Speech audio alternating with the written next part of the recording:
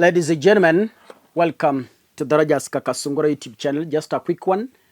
Yule mtoto ambaye tunachangia pesa, yule mtoto yatima msichana ambaye wazazi wake walikufa, lakini akapita vizuri, akaenda akajoin KMTC Nairobi main campus na anasomea occupational therapy. Lakini ilipofika the year 2023, the lady dropped out of school due to accumulated school fees arrears, and she has been at home until I was informed of her case. Tulienda pale kwao tukafanya story, and she needs our support. Second year, she had an accumulated school fees of 87,000, na ukiweka na ya third year plus hostel zinakuja to a tune of 178,000. So far, we have collected some cash and we hope that tutaendelea collect paka tufikishe target. So your small contribution, your big contribution will be highly appreciated. Don't shy off. Tuma kile kidogo uko nacho ili tumsaidie arudi shule aende kusoma. And these are the kind of people we cannot afford to miss. Back to today's politics. In Nakuru, hustlers are crying and cursing William Ruto. Women are down, wailing, crying with the bitterness, cursing the Kenya Kwanza government, cursing President William Ruto, regretting why they elected him. It's a very sad scenario, a very heartbreaking occurrence, which I'm going to explain here. There was a case in court in Nakuru about the disappearance of the fisherman Brian Odhiambo. The case has been going on, and today the court has dismissed in what it's called habeas corpus. I will explain that later. Don't get scared. I will explain to you. So the court in Nakuru has dismissed the habeas corpus case that was filed in an attempt to try and understand where Brian Odhiambo disappeared to. And this is the video from Nakuru.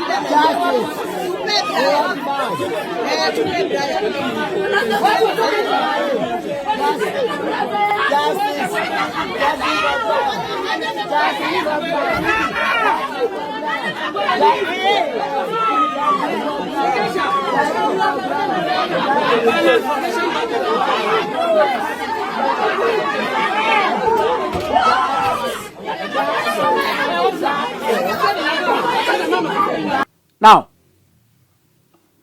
you see how people are crying there. A regime they voted for. Hawa ndio mama mboga ambao walisema hatupangwingwi. Hawa ndio mama mboga ambao walisema pigia Ruto kura atuweke pesa mfukoni. Huo wakati haungewaambia anything against Ruto. They could swallow you. But today, they are gnashing their teeth. They are bitterly wailing. It is an emotional video which has completely sent me out of balance. A family that has lost their loved one to an abduction, crying in such a manner when the same government they voted is watching. Now, what is habeas corpus? I don't know if I've pronounced it correctly. The lawyers in the house, you can correct me because I stand guided.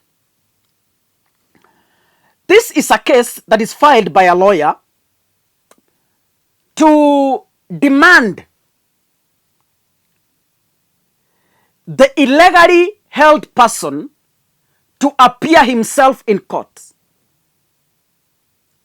So the lawyers who are handling the case of the disappearance of Brian Odhiambo filed an application to compel the court to give orders so that Brian Odhiambo can be brought from wherever he is so that he can physically appear in court and defend himself.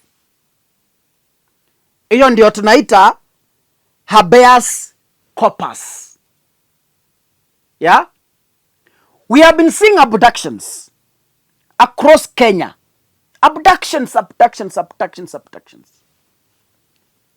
So habeas corpus gives the person held incommunicado, the person abducted, it gives that person the right to be released by the abductors to legally come and appear in person in court. So what has Nakuru court done?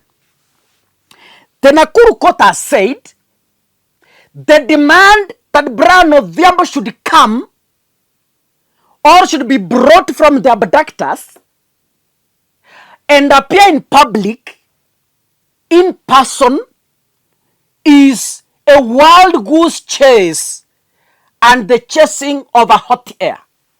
That is what the court has told the family. So this means what? The family still remains in darkness without knowing where their son is being held. The case can't proceed before the Honorable Court is informed where Brian Odhiambo is held, whether dead or alive. So for the first time, not even the first, ni mazoea, the court has sided with the government, if at all the government was involved in the abduction. But again, si wao ndio wamekuwa wakiabduct vijana. So kuna siri hapo. Is there anything to hide?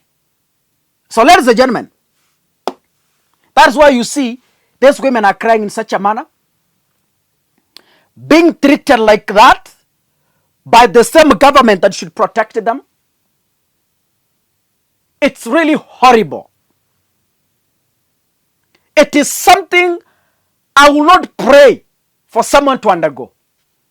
Imagine as a mother, as a wife, as a child, your father has never been seen for the past 1 week. Your husband, who is the provider of the family, has not been seen for a week. Your only son has not been seen for a week. The breadwinner of the family has not been seen for a week. The phones are not going through. You don't know where this person is held. When, as a family, through a lawyer, you file a case compelling the court to order the abductees or the abductors, yes, to order the abductors to physically present Brian Odhiambo, and then you dismiss that application. What? Kenya, sijui tunaelekea wapi. Lakini si ni nyinyi mlichagua hii serikali tena. So, as I finish, I want the people of the Republic of Kenya to learn one thing. Yesterday, you saw how they were crying from the Moi Teaching and Referral Hospital, regretting why they voted Ruto. Today, it is Nakuru. I want to advise the people of the Republic of Kenya. You have the power to make a change once more. The power to end the pain. I have seen these women cry.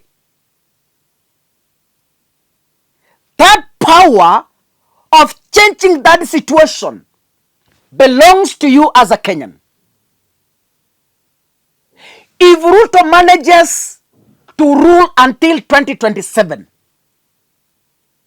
you have the power through the ballots to send William Ruto home and install someone who takes seriously human life. It's upon you. You have a choice.